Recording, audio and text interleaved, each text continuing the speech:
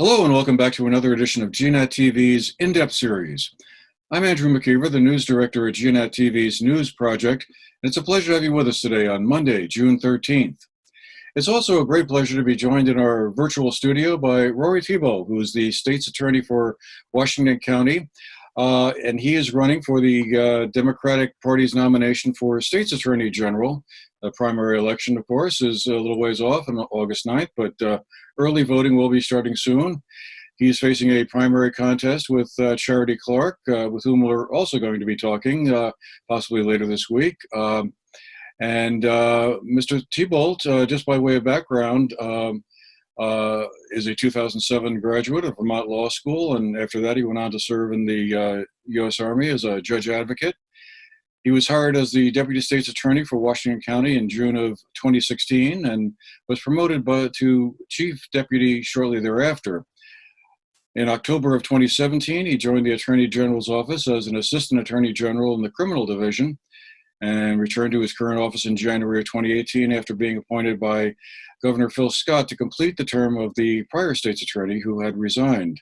And then in November of 2018, he was elected to a 4-year term as Washington County's State's Attorney, which he is, of course, completing this year. Well, welcome to the News Project, Mr. Thibault. Thank you very much. Thanks for having me this morning. Oh, great to have you with us, and thank you again for making the time for our conversation today. I guess we'll just start off with the pretty obvious question of what prompted you to throw your hat in the ring for this office at this point in time. I mean, obviously we have a vacancy at the top job. Attorney General T.J. Donovan has announced that announced a couple of weeks ago he'd probably be leaving, and then I think it was last Friday he announced he had taken a job with an online gaming company based in California. And so he'll be stepping down, I guess, in the next, week or so. But beyond that, what do you think that now is my time? Yeah, so as a bit of background, I think that Attorney General Donovan's decision not to run for re-election came as a surprise to many people, me included. But that said, looking beyond my duties as state's attorney is something that I've been doing for a while. In addition to being the state's attorney for Washington County, I'm chair of the Cabot School Board, and I'm involved in a lot of things in the community here, both in Cabot and in Washington County. And really what I see from those two positions is a lot of issues and a lot of legal challenges that impact the lives of everyday Vermonters that can't be addressed in my current role. So for me, I view the next step being doing more and being proactive as an attorney general to defend and uphold the rights of Vermonters. And as you probably saw from my website, one of the themes in which I'm running is to have a justice system that's rooted in Vermont values. And those values are quite simply equity, integrity, and empathy. And each of those needs to play a role, whether it's the criminal division or civil division or just the decisions that we're making on behalf of the state of Vermont and the legal field need to be grounded and making sure that the things that matter to Vermonters are reflected in our laws and the enforcement of those laws. Now, on your website, you talk about wanting to establish a 21st century justice system. I wonder if you could unpack that a little bit for us and kind of tell us, well, what are some of the elements to a 21st century justice system? Yeah, absolutely. So I think too often we get stuck in policy conversations or looking at one aspect of the justice system, whether it's police reform and law enforcement accountability, whether it's how we deal with the correction system, or just generally how we deal with things that hit day to day in the criminal justice system, whether that's bail reform, whether it's how we deal with drug offenses. We need to have a comprehensive look at this. It's not just one of these pieces or another. Rather, I view that each are building blocks towards a broader system. And that's why I don't just say 21st century policing or criminal justice reform.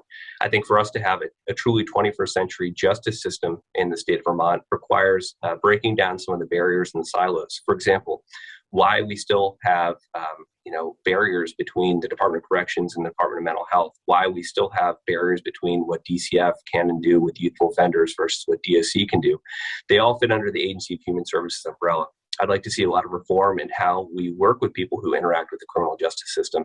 And likewise, as should be well documented at this point, we continue to have issues with racial disparities. We continue to have issues with disparate sentence outcomes in the state proportionate to the harm that's done.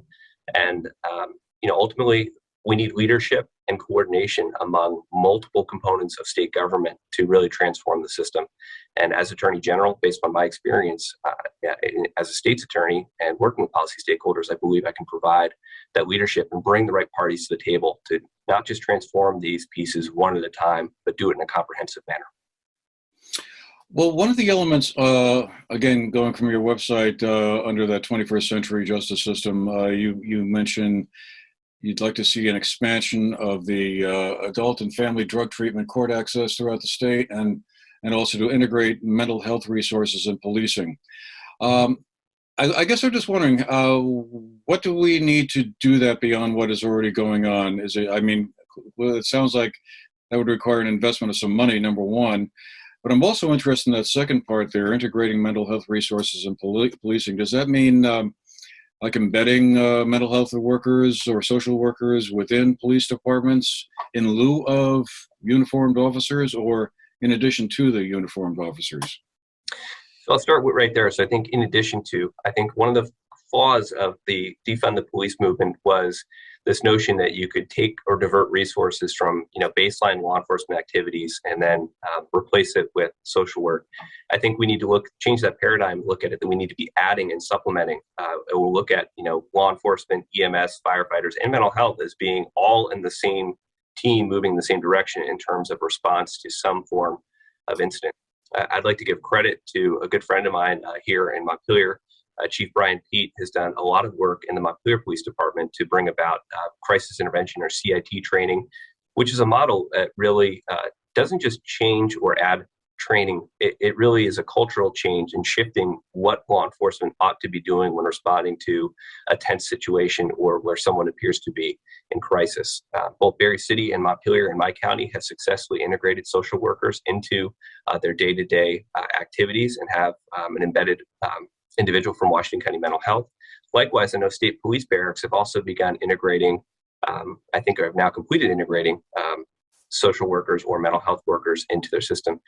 Yet the access and ability of those individuals, while it's great to have that in some municipalities and in some state police barracks, we need to make sure that those resources are available throughout the state. Not just in our more developed or urban areas, but also in rural areas. And a lot of my view of criminal justice comes from the fact that I live in a very rural community that's far from a state police barracks. And while having resources available is great, they're not fully effective unless they can be deployed to every corner of the state. I guess I just wanted to build on that a little bit.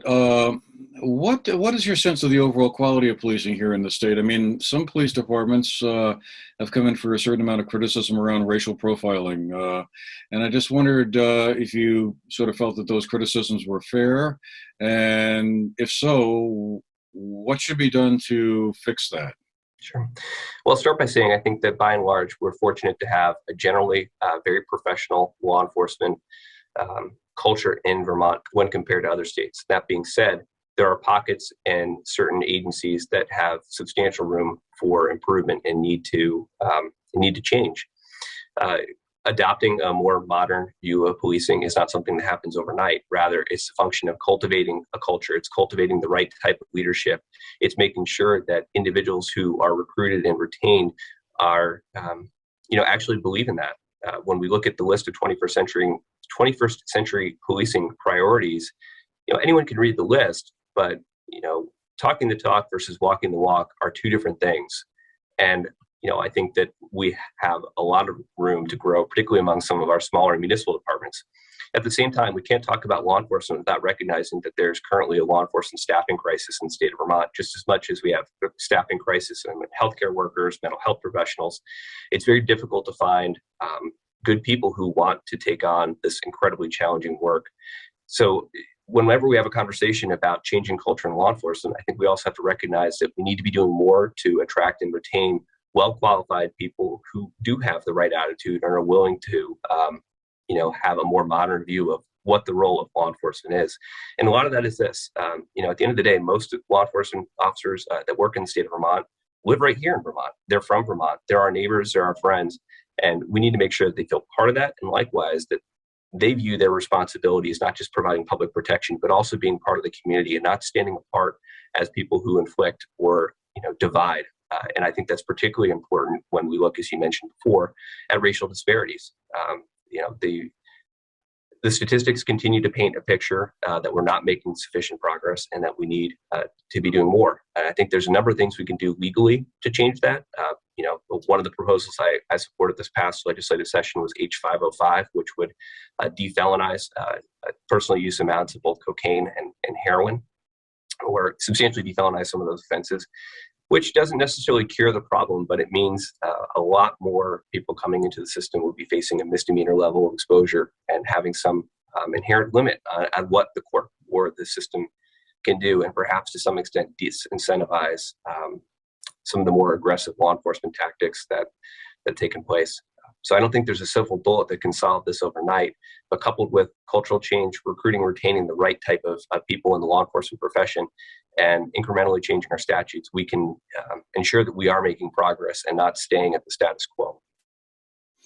Well, you anticipated what was going to be my next question here, which was your position on drug-related offenses there, and you mentioned decriminalizing or defelonizing personal use of regulated drugs. I guess I just wondered, I mean, we've been reading a lot about how overdose deaths in Vermont have escalated again since the arrival of the COVID pandemic.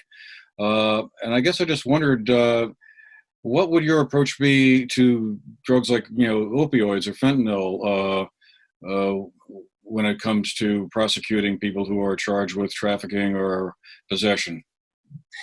I think that Vermont has been disserved the last few years by not having a coordinated plan or enforcement strategy for curbing the flow of fentanyl into the state of Vermont. It is, no surprise to anybody working in law enforcement or in the public health sector to see that fentanyl overdoses have gone from, being less than 50% responsibility for overdose deaths to now, a substantially higher amount. Nearly any opiate overdose involves fentanyl because it's powerful and it's dangerous. I will say this, I truly believe that we can't just arrest our way out or continue the so-called war on drugs, but we have to have an enforcement strategy to deter and respond to cut down on supply. Now, conversely, looking at the demand side of this, treatment resources were strained during the course of the pandemic. The personal connection that I see as being essential to helping someone attain and maintain sobriety or stay in recovery was really broken down. Participating in a group meeting by Zoom isn't the same as having the human connection of working directly with a counselor. Likewise, Hub and Spoke has been highly successful, and yet accessibility in rural areas of the state is still difficult. I'll use my hometown of Cabot again. Someone in Cabot who needs to go dose in Berlin was going to have somewhere between 30 to up to 45-minute drive to the clinic. They're going to have to sit and wait for an observation period and then drive back.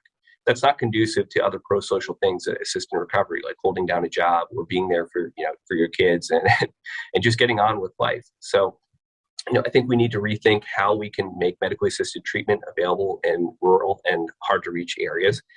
And likewise, the legislature this year had any number of ideas, most of which were struck down by the veto pen. The notion of safe injection sites or harm reduction centers, I think, is going to continue to be controversial just based upon intersection of existing state laws and federal laws. And yet, so much of what was in H728 this year, I think, would have done things that are beneficial. Clean needle exchanges, having wider accessibility to Narcan. There are any number of things we can do to reduce the potential harm and save lives that fall short of the more polarizing, end state. Likewise, when we look at over the horizon, I think that Vermont is going to continue to have individuals advocating for the decriminalization of personal use amounts of drugs. And while I don't think we're at the point today where we can make that happen, I don't think we should resist or be afraid to study how to do this, especially when other states around the country, like Oregon, are doing so. And we may be able to learn what they did successfully or maybe what was unsuccessful about that rollout. But I think we're at a point of, with over 200 Vermonters dying a year from overdoses, we need to really take stock of what we can be doing different and how we can save lives now. Let me just shift gears for a second here and talk to ask you about another issue that has been very prominent in the news recently, and then we're expecting the official decision to come down from the Supreme Court, I guess, sometime this month. And that's, of course, the issue around overturning Roe v. Wade of the Abortion Act.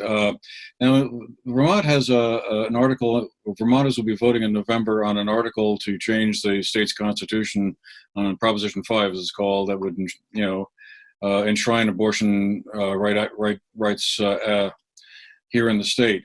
I guess I'm just wondering, if the court does overturn Roe v. Wade, what is the legal standing of Proposition 5 or that constitutional amendment if voters say yes to it?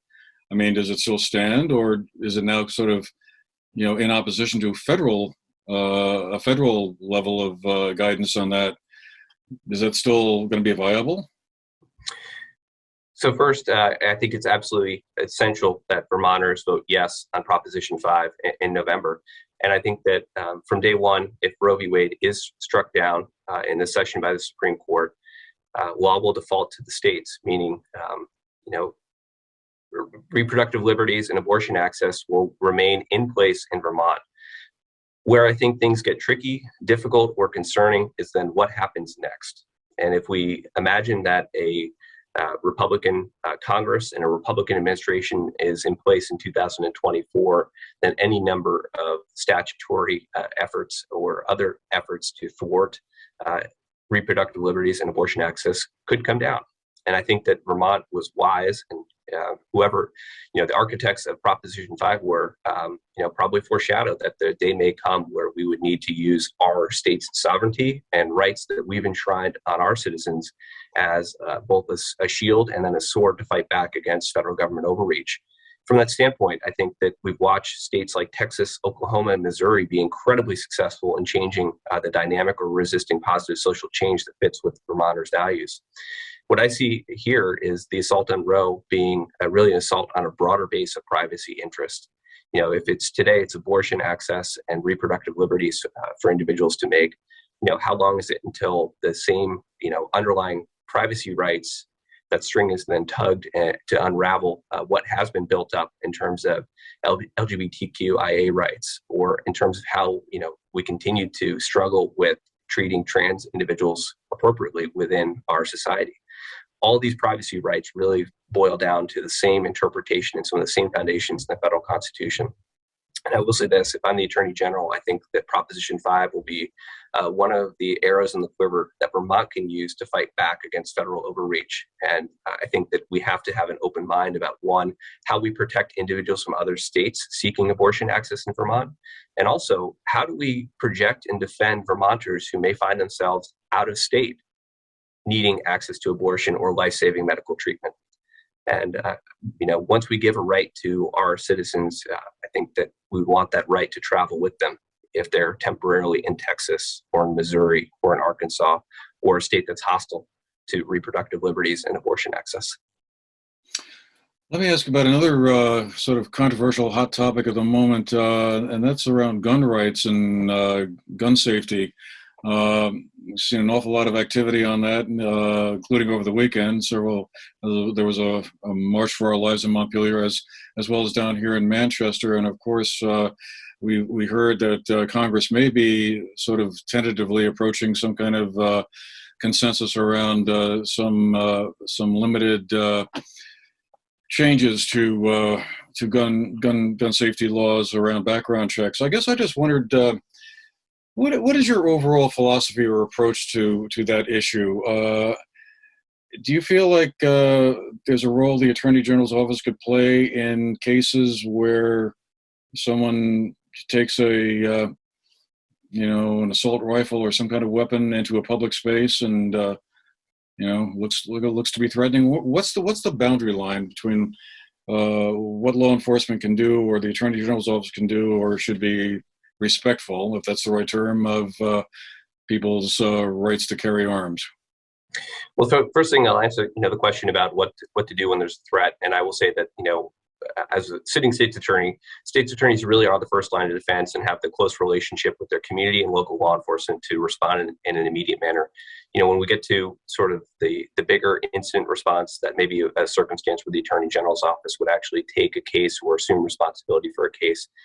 But what I think is most important for the next Attorney General is to be an advocate for common sense gun laws and, ultimately the effective enforcement of the laws we have on the books. Back in 2018 and 2019, I was fortunate as a state's attorney to sit on the governor's Community Violence Prevention Task Force, which really studied the issue in the wake of the Fairhaven incident of, how Vermont can try to prevent a school shooting or if one were to occur, how to respond and then how to ultimately recover from that. It was incredibly sobering work, to say the least. And, Vermont has been fortunate to this point not to have the type of mass casualty gunfire incidents that other states have had. But I think a lot of us in law enforcement and prosecutor circles now feel that, unfortunately, it's only a matter of time until Vermont is truly tested. The legislature did the right thing by passing our red flag laws for extreme risk protection orders. That's a useful tool, and I think they will continue to see those used in circumstances where we have something less than a crime being committed. But ultimately, when it comes back to gun laws, there are a few things I think we should do immediately. First is follow the lead of New York and ban the possession of semi-automatic rifles by individuals under 21 years of age. And I've heard from friends who hunt and are sportsmen, and I think there's some concern that would be a deterrent or be difficult. Now, anyone who's familiar with firearms knows there's a difference between lever action and the bolt action rifle versus something semi-automatic. It's not a particularly onerous change, but that's something that can immediately keep AR-style weapons out of the hands of a younger group of individuals. Likewise, I'm looking anxiously to see what the federal government actually produces from this effort of gun control legislation. Stronger background checks is a start, but I think we also have to take stock and realize that we have a lot of guns already out there. So how do you manage and deal with what is already in circulation and out there? Just banning assault weapons tomorrow doesn't mean that there won't be assault weapons in circulation. So looking to the federal government in terms of buybacks or other means by which we can reduce the total number of firearms in circulation will ultimately be helpful. The final point I'd make here in Vermont, I think we're also due to enact some safe storage legislation. Of course, the question is, how do we effectively enforce that? Just as much as how do we effectively enforce, non-transfers between private parties? I feel that there's still a lot of transactions that take place that are not in the presence of a licensed firearms dealer, but our means and methodology to track that is somewhat limited. That's such an interesting discussion. I have a feeling we could talk for a half an hour just on this one subject alone. But I just, in the time we have left, I just wanted to move on to one other kind of large area. This really gets into, I guess, a philosophical kind of space here. But I find myself thinking a lot about the limits of free speech and what the boundary line is between what is acceptable free speech and what is irresponsible. Like that line drawn in that famous Supreme Court case where a justice whose name I can't recall off the top of my head talked about you can't shout fire in a crowded theater. I'm not going to remember his name in about 2 seconds, I'm sure. But anyway, I guess I just wondered, in your mind, where is that boundary? Is it okay, for instance, for people to, like make death threats to public officials, for instance? We keep on hearing a lot about that sort of thing. Is there something that the system can do to kind of prevent that, or should it? Yeah, so first and foremost, I'll say that in this past legislative session, I was really glad to be able to partner with Senator Sears and the Senate Judiciary Committee, which took a hard look at this question of how Vermont deals with criminal threatening. And thankfully, S-265 strengthened Vermont's criminal threatening statutes by removing, an exception that swallowed the rule, if you will, or an affirmative defense, which basically said that criminal threatening couldn't be an offense if someone was incapable of carrying out what they claimed. Now, of course, that, was detached from the reality that whether in the moment someone knows whether the person is or is not capable doesn't change the degree of terror or fear that they may feel. The Senate also and House approved, and the governor signed into law, strengthening or enhancing the penalty when a threat is directed against a public official or an election official. And I think that brings a broader, point here. There's a lot of room for discourteous, unkind, hyperbole, any kind of, there can be a lot of mud slung in politics and in public debate. But I think there's a difference between that mudslinging and things that are untoward or unkind versus things that actually reach a point of creating fear. And fear really has no place in the political process, and certainly not when it comes to government officials, whether election officials or public servants discharging their duties. We need to make sure that the people upholding and defending our state government and our election process are doing their jobs to the best of their ability, and they're not holding back because they're afraid of someone harming them if they just do what they're supposed to do. So the intersection between where one's free speech rights ends versus where crime begins is never an easy one to discern. But quite frankly, that's why we have law enforcement and skilled prosecutors around the state to take a look at those cases and make the call of whether something can or should be done. Ultimately, I think that as the Attorney General, I would work with other partners, including the Secretary of State, to ensure that we do everything we can to uphold the rule of law and to make sure that our election processes are free, fair, that workers in state government can feel supported and can do their jobs without being threatened, harassed, or bullied out of doing their duties. And we have about 30 seconds. I just wanted to ask one quick question, which you reminded me of in the course of your last answer there. The issue around qualified immunity came up in the legislative session that just ended last month. That, of course, is the way that is a Supreme Court doctrine that protects public officials and police officers from, I believe it's civil prosecution. And I just wondered, that was tamped down quite significantly. I guess I just wondered, what were your thoughts on that qualified immunity discussion? Do you think that should have been passed, as Senator Sears and a few other senators, state senators, were trying to get? I think the Vermont League of Cities and Towns provided a really compelling set of testimony as to why eliminating qualified immunity really wasn't the right call for Vermont. I think instead we need to focus on strengthening our criminal statutes. For example, Vermont has no excessive use of force statute. That seems to be an easy area in which we can ensure that there is a criminal response directed to individuals who abuse their power. And likewise, our law enforcement oversight and accountability is an area that needs to be improved. Ultimately, I think the just unfettered removal of qualified immunity would leave the state and then local municipalities on the hook for defending against more frivolous claims and or cash payouts. I think it's also important to note that qualified immunity has no impact whatsoever on what we can do in terms of decertifying officers or criminally charging them. It only serves as a bar to some forms of civil lawsuits against the officer or against the agency. And I think that's sometimes lost in the debate. But I do feel that an area that would be a priority for me is really working through strengthening our accountability process and ensuring that there's true independence there. And I think one part of that to restore public confidence and trust in the system is to have a special prosecutor who acts independent of the local state's attorney and even the attorney general to make the final call about whether law enforcement misconduct warrants a prosecution. Because right now, I don't feel that most Vermonters have confidence in our responses to law enforcement misconduct. All right. Well, we'll have to leave it there for today, unfortunately. But I want to thank you again, Mr. Thibault, for taking the time to be with us. Rory Thibault is the Washington County State's Attorney. He is running for the Democratic Party's nomination for Attorney General in the August 9th primary. And he is in a primary competition there with another candidate. But Mr. Thibault, thank you very much for your time today. And well, I guess the voters will have the last say in August. And good luck out there on the campaign trail. They certainly will. Thank you so much, Andrew. All right. Have a great day.